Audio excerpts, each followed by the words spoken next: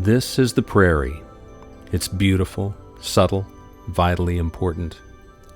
If you read James Fenimore Cooper's 5 books, known together as the Leatherstocking Tales, you'd know this to be the final resting place of Natty Bumppo, best known as Hawkeye in The Last of the Mohicans.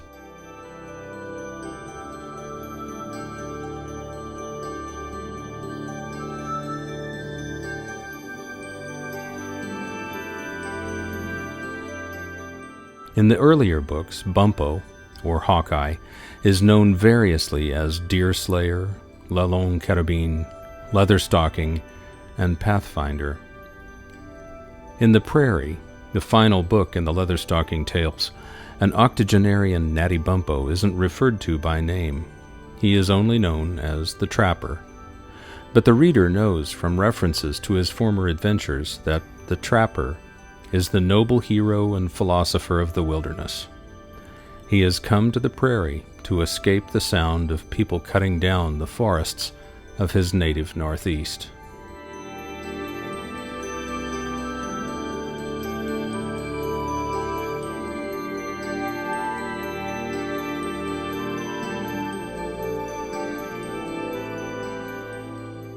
The book, The Prairie, takes place in approximately 1806.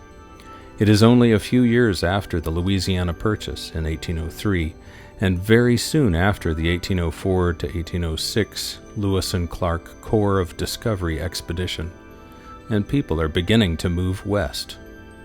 It will be discovered that the prairie is very fertile land that will eventually be ranch land for cattle production and plowed for wheat and corn production. But in 1806, it is still millions upon millions of acres of wild, pure prairie.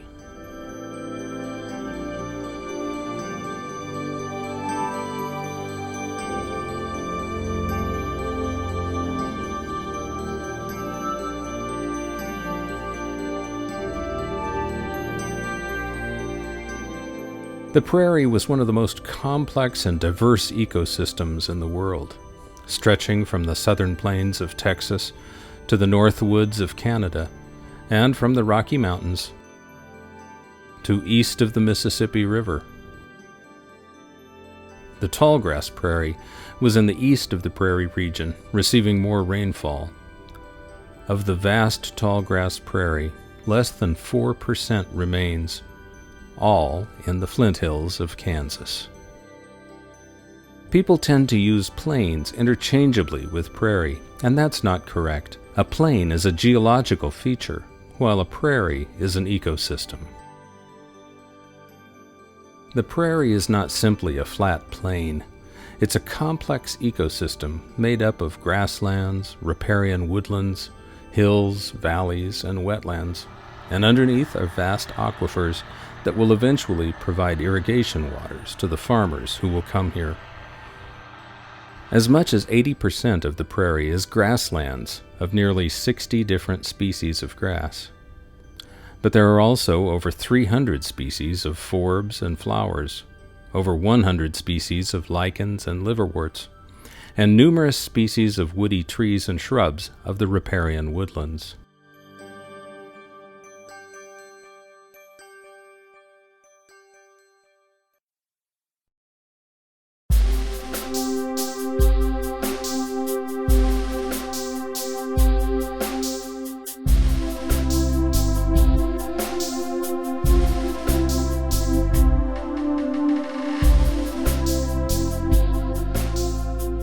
In the rain shadow of the Rocky Mountains, it is primarily shortgrass prairie, with its drought-tolerant buffalo grass and blue grama.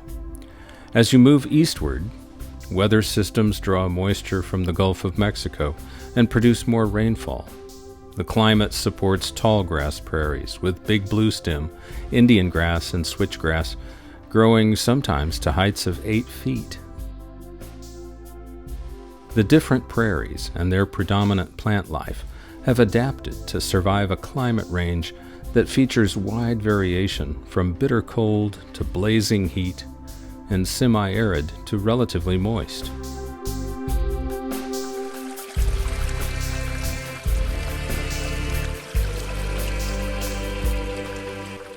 Two phenomena, fire and drought, contribute to the maintenance of the prairie. Without fire and the lack of moisture, much of the prairie might have become cedar forest. The eastern red cedar, Juniperus virginiana, is a pioneer species and will colonize a clearing or burn when allowed to. You can find this tree colonizing prairie grasslands in area where fire has been controlled or prescribed burns are not used to maintain the grasslands. Wildfires quickly engulf the cedar, while the fire-tolerant grasses thrive. Lightning-started fires controlled the cedar, and the prairie Native Americans learned to use fire.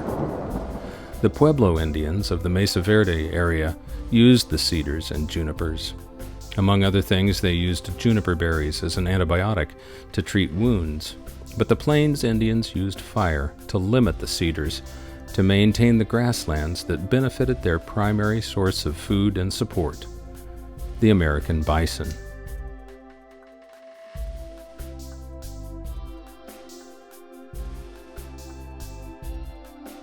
This really is the place where the buffalo roam, and the deer and the antelope play. This is also the last stand of the prairie chicken, a unique species of open country grouse that was once extremely abundant throughout the vast prairie. The two grouse, the greater and lesser prairie chicken, live almost exclusively away from trees or more recently man-made structures. The avian predators, the various hawks, falcons, and eagles, are their primary threat, and anything that provides a perch for a predator is a limiting factor for the prairie chicken.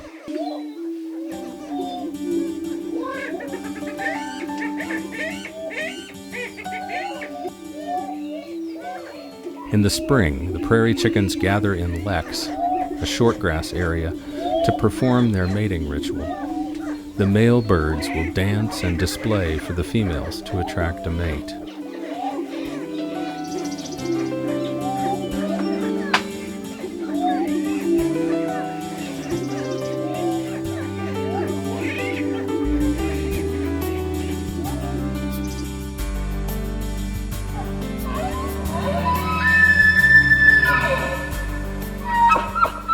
What we think of now as the Rocky Mountain elk were once herd animals of the prairie.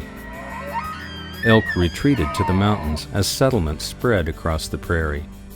There are pockets of elk that still survive in the prairie ecosystem. Elk are a glorious and regal animal, and the high-pitched bugle of the bull elk during the fall rut is a magnificent, haunting sound.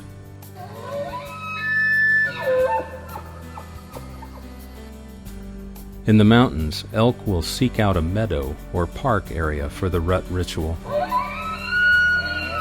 Perhaps this behavior is triggered by a genetic memory of their prairie past.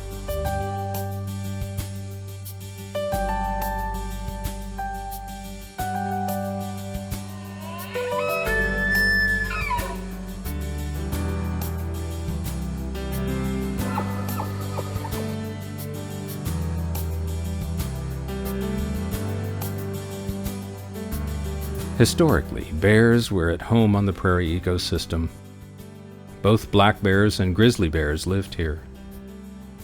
The grizzly bear's historic range covered a lot of the prairie, including all of Kansas.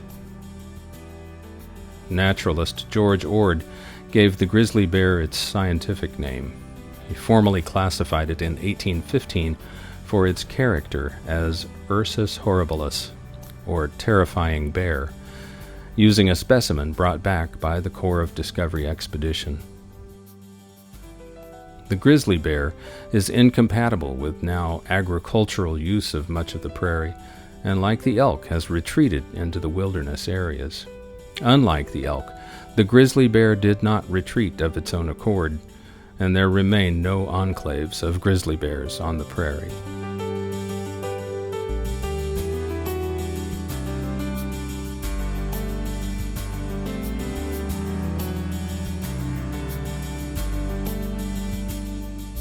The Kansas Flint Hills are rolling and rocky tallgrass prairie, unsuitable for farming.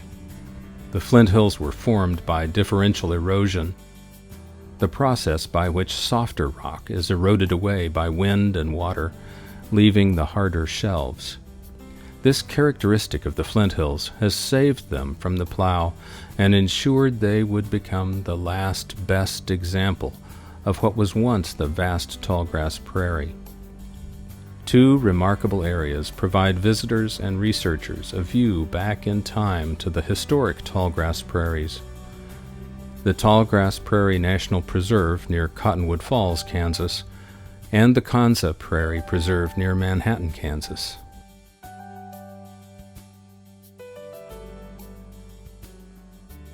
D.W. Wilder, founding partner and editor of the Hiawatha World newspaper, wrote, "Whenever you stop on the prairie to lunch or camp and gaze around, there is a picture such as poet or painter never succeeded in transferring to book or canvas." By the time these words were penned in 1884, the transformation of the prairie into agricultural land was well underway.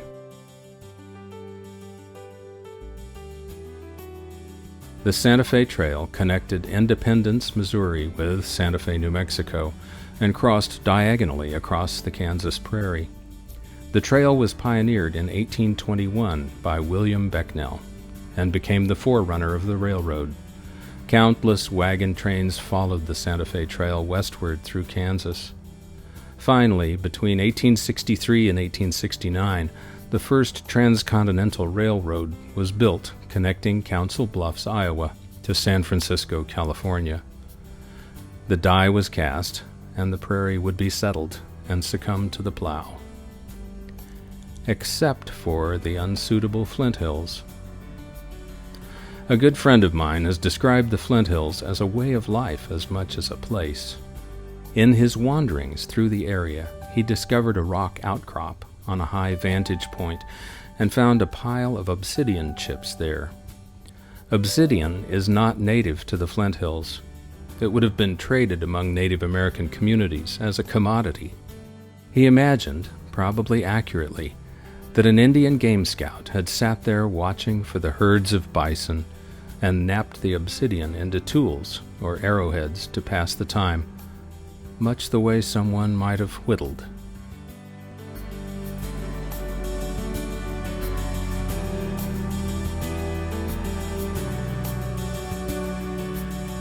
We ought to have saved a park in Kansas, 10,000 acres broad, the prairie as it came from the hand of God.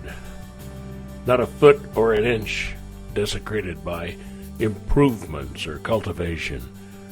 It is only a memory now.